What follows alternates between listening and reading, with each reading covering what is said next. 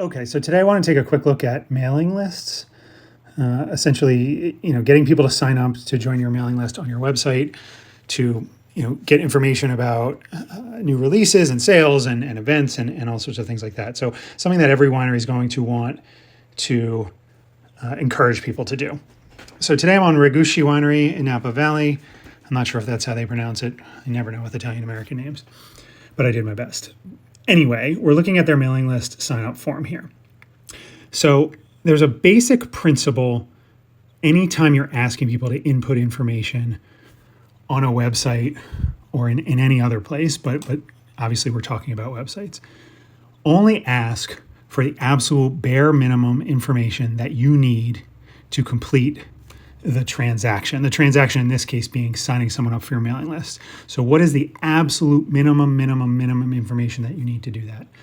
So if you see this form, they're asking for quite a bit of information for someone just for signing up for a mailing list. Obviously, they're asking for email, which I would argue is the absolute bare minimum information you need to sign up someone for your mailing list.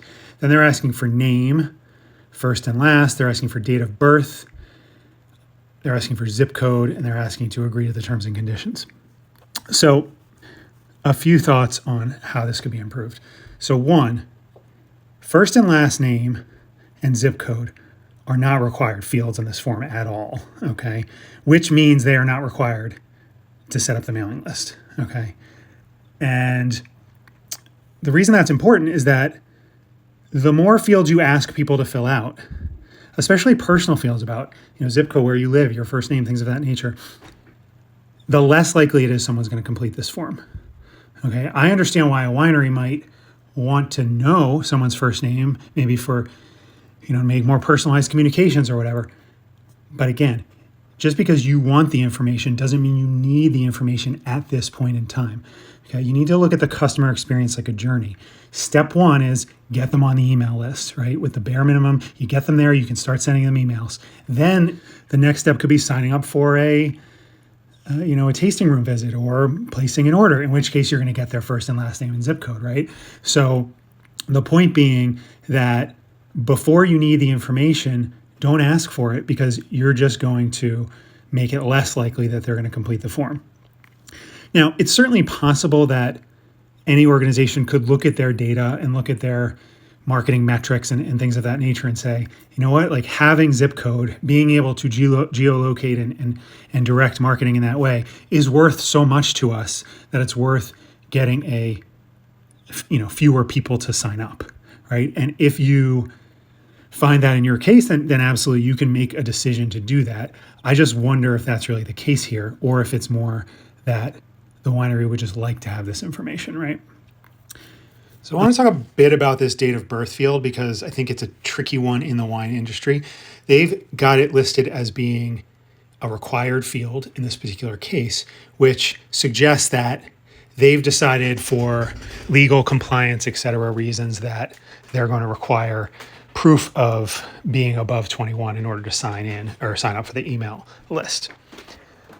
But I think as we were talking before, the key issue here is this is a lot of personal information to be asking someone who's just signing up for a mailing list, okay? Someone's not going to be expected to give up their actual date of birth in that case, okay? And so I would suggest that if it's absolutely necessary to make sure someone is above 21, have a simple, are you of legal drinking age checkbox similar to the terms and conditions. You could even potentially roll them together into the same checkbox. I, am above legal drinking age and I meet the terms and conditions. I'm not sure the lawyers would like that, but that would make it even easier to complete.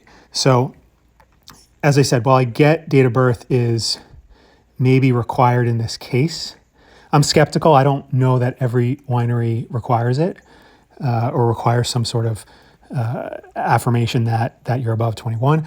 But if it's absolutely required, there are ways to make it much easier to get through and feel less intrusive than asking for someone's actual date of birth. Obviously, they don't need to type in their real date of birth. I certainly wouldn't, but I think that it's going to cause pause for a lot of people. I did mention the terms and conditions. I think that, especially if it's separate from date of birth, I would have that pre-checked, okay? Unless you're getting real conservative legal advice that they absolutely have to check that themselves. Having that pre-checked allows them to get through this form much quicker. And then finally, the last thing is this submit button, which is this box, this small box at the very bottom.